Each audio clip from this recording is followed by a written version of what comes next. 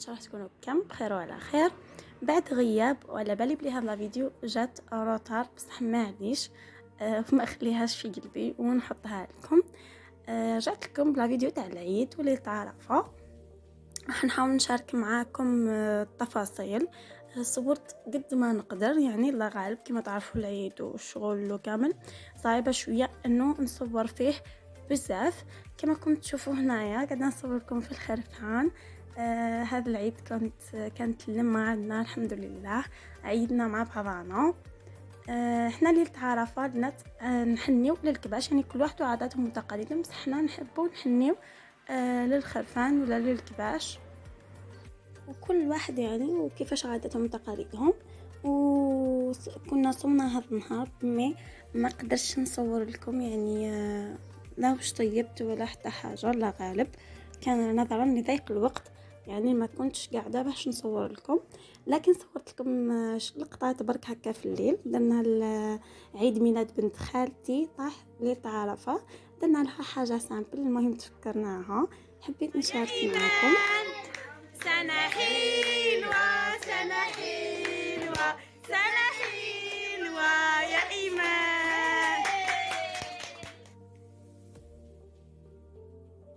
وهذا هو نهار العيد يا البنات. حبيت نقول لكم صحة عيدكم وكل عام وانتم بألف خير ان شاء الله. بالنسبه لنهار العيد احنا نوضو بكري بس هو نهار طويل وفيه خدمه. هنا كما راكم تشوفوا يديروا في الغداء. بالنسبه للغداء كل واحد وعاداته وتقاليده، احنا نديروا حاجه عجين نهار العيد في الغداء، شخشوخه ولا بربوشه. احنا درنا بربوشه وراني حطيت لكم الوصفات تاعها في القناه، نخليها لكم في صندوق الوصف. وهنايا راهم لتحت يذبحوا. احنا ذبحنا في الكراجات يكملوا هما الذبيحه، هبطنا احنا لتحت، يعني درنا كلشي لتحت، غسلنا لتحت. انا هذه ننا هي لا يتشوت حاشاكم في الراس والكرعين.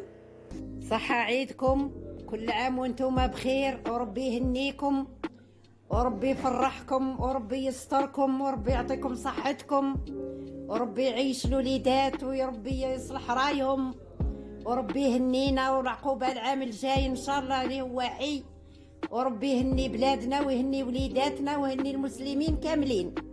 فوالا البنات، هذه هي هذه الطريقه اللي نشوطوا بها الراس، كل واحد كيفاش يعني الطريقه اللي يستخدمها. احنا نشوطوه ومن بعد نستعملوا الموس. ودوك تشوفوا الطريقه قدامكم، يعني ما نديروا حتى استيس ولا، ونغسلوه عادي كما راكم تشوفوا. والقرون نسخنوهم مليح ونحيوهم. هذه هي البنات.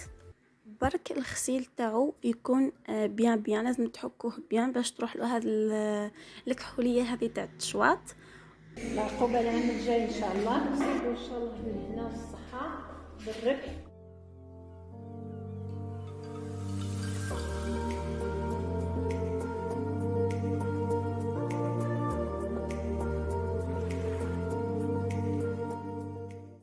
شوفوا البنات هنايا كي هدرت لكم الغسيل تاعو لازم احنا نحكوه بالخزم، والخزم لازم يكون جديد يا البنات، ماشي مستعملينه في حاجه واحده اخرى، ولا يعود جديد وحرش باش يقدر يغسل لكم بيان. ماشي حرش تاع الحديد، حرش عادي قصدي كما راه موضح في الفيديو.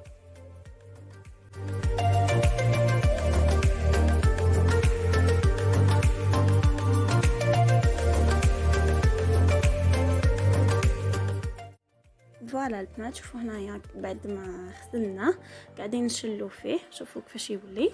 ومن جهه واحده اخرى حاولت نصور لكم كي كنا نغسلو في الحوايج تاع الكبش.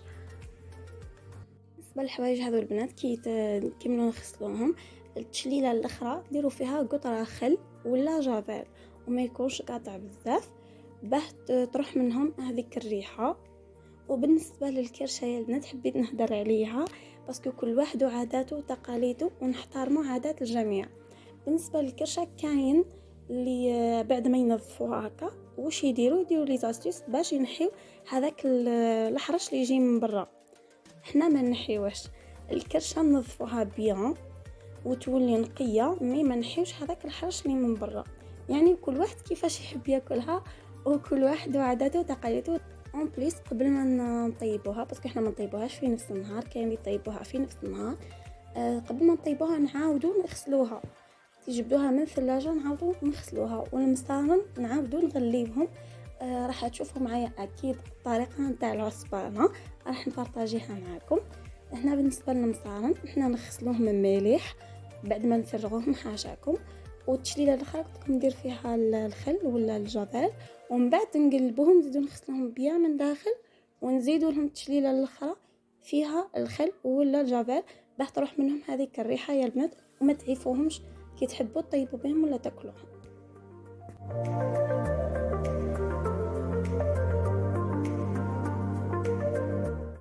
وبعد ما كملنا الغسيل شللنا الجزرات باش ما باسكو كانوا يكثروا بالدم، وسيقنا باش ما يزيدش يعاود يتمرغ هذاك الكراج، وطلعنا سيقنا الدار ونشفناها وجاء وقت الغداء. بالنسبه للغداء يا البنات بارطاجيته معاكم عفوي لا بريستيج لا حتى حاجه، هذا هو غدانا، ما درت لا ديكور لا والو. المهم هذيك اللمه اللي كانت وكان الضحك والفرحه والحمد لله يا ربي. هذه هي كما قلت لكم بربوش راح نحط لكم الوصفه تاعها في صندوق الوصف. ودرنا معاها سلطه خفيف ظريف والفلفل الحار. هذه هي البنات، وربي يدوم ان شاء الله لمتنا وافراحنا ان شاء الله يا ربي. ما نكذبش عليكم يا البنات، هنا بعد ما تغدينا ضربناها قيلولة واش نقول لكم. المهم هنا العشية كانوا يقصوا في الجزرات. بعد ما نصت وفطرت ما صورت لكمش القهوة الله غالب، كنت تعبانة وهبطت صورت هنايا كيفاش كانوا قصوا الراس وقصوا الجزرات، 3 جزرات يعني يعطيهم الصحة. تعبوا بصح ما عليش، هذا هو العيد. وهنايا اختي كانت الفوق توجد في الحميص باسكو حنا بريمي جور في الليل نديرو الشوايه.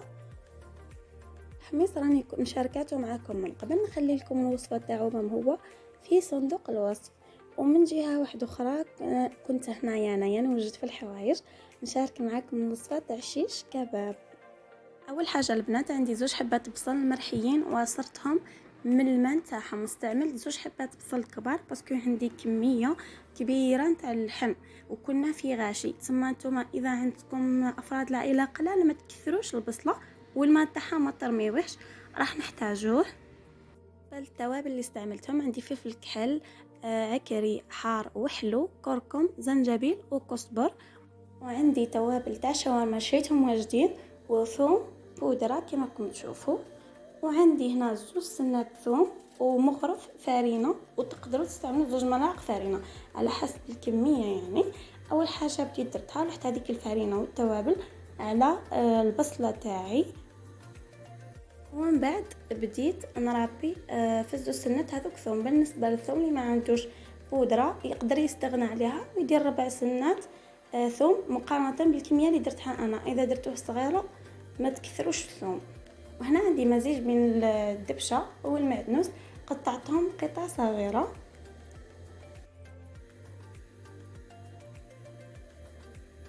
هنا يا البنات بديت ضفت التوابل تاع الشاورما شويه برك ما كثرتش، والثوم بودره ثاني ما كثرتش منها كما راكم تشوفوا موضح في الفيديو. خلطت الخليط نتاعي شوفوا كيفاش ولا. وهنا حدث ما لم يكن في الحسبان. هنايا تدروا لي مقاطع نتاع لي فيديو اللي وراء هذه اللقطه ما لقيتهمش، حاولت اني نرجعهم بصح ما قدرتش. لا علينا الصح في الخلطه اللي درتها على الاول هذيك، من بعد زدت عليها الكميه تاع اللحم رحيته مع شويه شحمه باش تتلقلقوا ودرته في المطارق.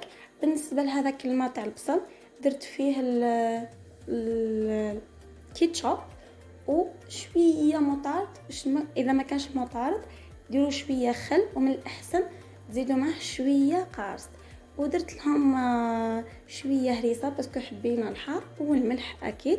ودهنت المطارق كي كنت نشوي فيهم كنت ندهن فيهم بالبانسو من ومنه. هذه هي الوصفه. برك ننصحكم كي تكونوا تقلبوا في المطارق تاعكم اذا استعملتوا تاع اللوح هذوك الرقاق يا البنات استعينوا بلا لوش، خاطر اللحم مرحي رهيف ماشي كيما كيعود حكم روحو قطع ولا.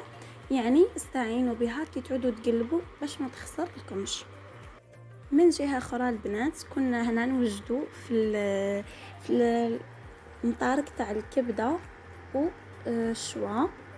هنا قطعنا الكبده وقطعنا اللحم، يعني كل واحد كان يدير فيه حاجه، والمعاونه تغلب الصبع، يعني ماشي كيما كي تعودوا وحدكم كيما كيعود الغاشي. يعني الحمد لله كل وحده كانت لاهيه بحاجه، والولاد هما اللي داروا الشوايه يعني وكل شيء، يعني عاونونا. احنا ما درناش بولفه في الصنايه البنات كما راكم تشوفوا، درناهم مطارق عادي. حنا كنا ملحناها قبل ما نديروها في المطارق، والكبده يجري لها الملح، يعني ما تكثروش فيها الملح. هذه هي البنات، حبيت نشارك معكم الاجواء قد ما نقدر على طبيعتها. يعني قلت لكم ما فيها لا بريستيج لا حتى حاجه، هذه هي الحقيقه.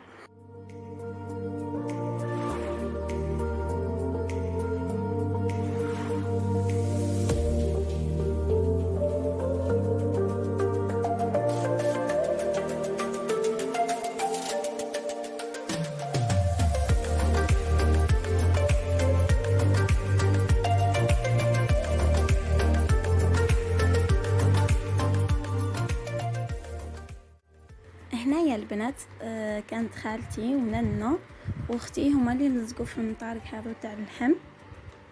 صراحه انا كنت نخدم شويه حاجه ومن بعد نهز التليفون نصور، ومن بعد نحط نخدم ولازم نغسل يدي نعاود نهزو ونصور. يعني على بها قلت لكم الله غالب العيد ما هو شيء تاع تصوير، الله غالب. هذه هي. وهنا راجل اختي قالها حاب ندير الحميص اللي يحبه هو، وقال لي بلي الحميص هذا نتاع نناه، يعني هو نناه اللي علمته فيه الجده تاعو. هذه هي. كان دار كل شيء مع بعضه في المقله وقطع كل شيء قطع كبيره كما راكم تشوفوا، مي فري جاب بنين على الاخر.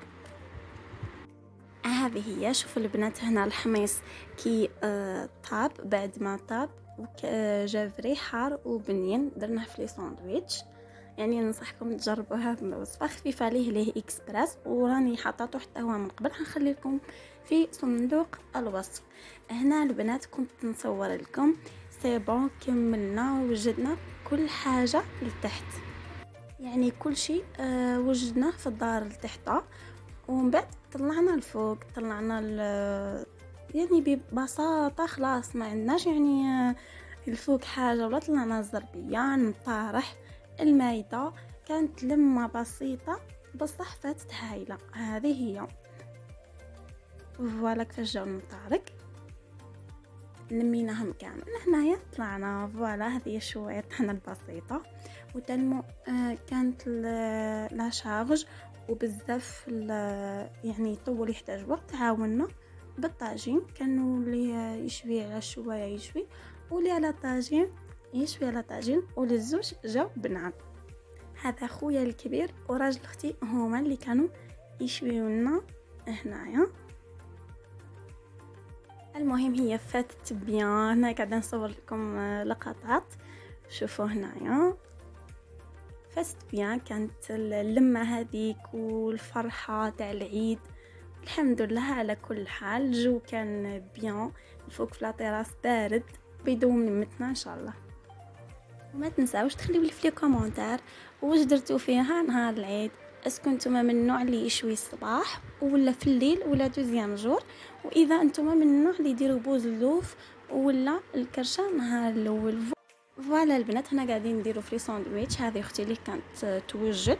قولوا لي نتوما، قولوا لي نتوما عفوا، اذا من النوع اللي تاكلوا لي ساندويتش ولا تحبوا تاكلوا شوا وحده والخبز وحده سيباري.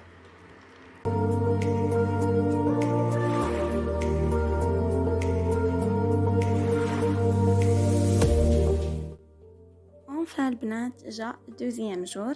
حنايا دوزيام جور نروحوا لدار جدي، يعني لنا زيارة الأقارب، كل واحد كيفاش عاداته ولا كيفاش مداير بروغرامو.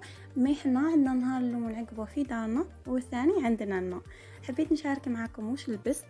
لا غالب ماما ما لحقتش عليها، لقيتها لبست تما كنا نزربوا هنا، مي حبيت نصور لكم. كنا لبسنا انا وهي واختي نفس الستيل تاع لي غوب، بصح لي كولار كانوا مختلفين.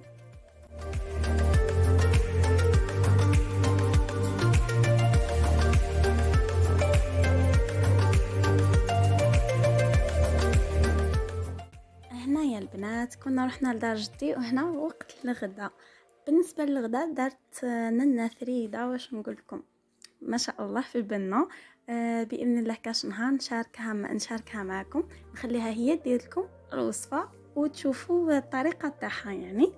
وداروا هنا الفلفل، السلطه، كل شيء. والمهم كانت هذيك اللمه، الاجواء، والحمد لله يا ربي. هنا هذه ننا اللي كانت تسقي فيها، حبيت نصور لكم. ربي يحفظها لنا ان شاء الله ويعيشها لنا ويطول في عمرها، وتكون دائما معانا في اللمات هذو ان شاء الله يا ربي.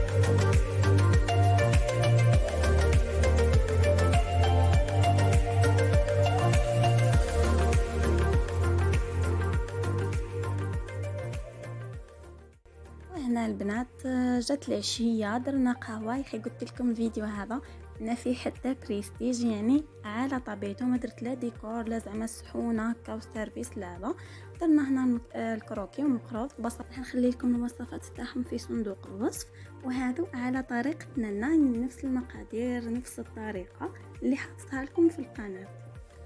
هنا البنات ما بدناش في دار جدي، عاودنا روحنا. كنا درنا العشاء كوتلات بلا مارينات. خليت قلت نشارك معكم الوصفه، علاش لا. اول حاجه هنا رحيت حبه بصله كبيره وزوج حبات طماطم صغار، اذا عندكم حبه كبيره ديروها. ضفت عليهم التوابل، ومعك ريحان، حلو، كركم، كزبر، وزنجبيل، وفلفل اسود. اذا عندكم فلفل ابيض ديروه هو من الاحسن. وهنا درت معاه شويه خل بذوق الليمون، وملعقه صغيره خردل. انا الخردل اللي شريته كان فيه اصلا التوابل، على بها ما كثرتش بزاف التوابل. والملح اكيد ما تنساوهش. وهنا درت شويه زيت. حركوا الخليط هذاك تاعنا مليح مع هذيك الزيت باش يتخلطوا المكونات بيان، والدواوات هذوك يدخلوا في البصله والطماطم.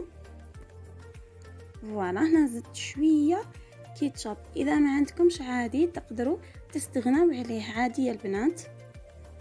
بالنسبه لهاد لامارينات تقدروا ديروها حتى للحم عادي، ماشي لازم للكوتلات فرات.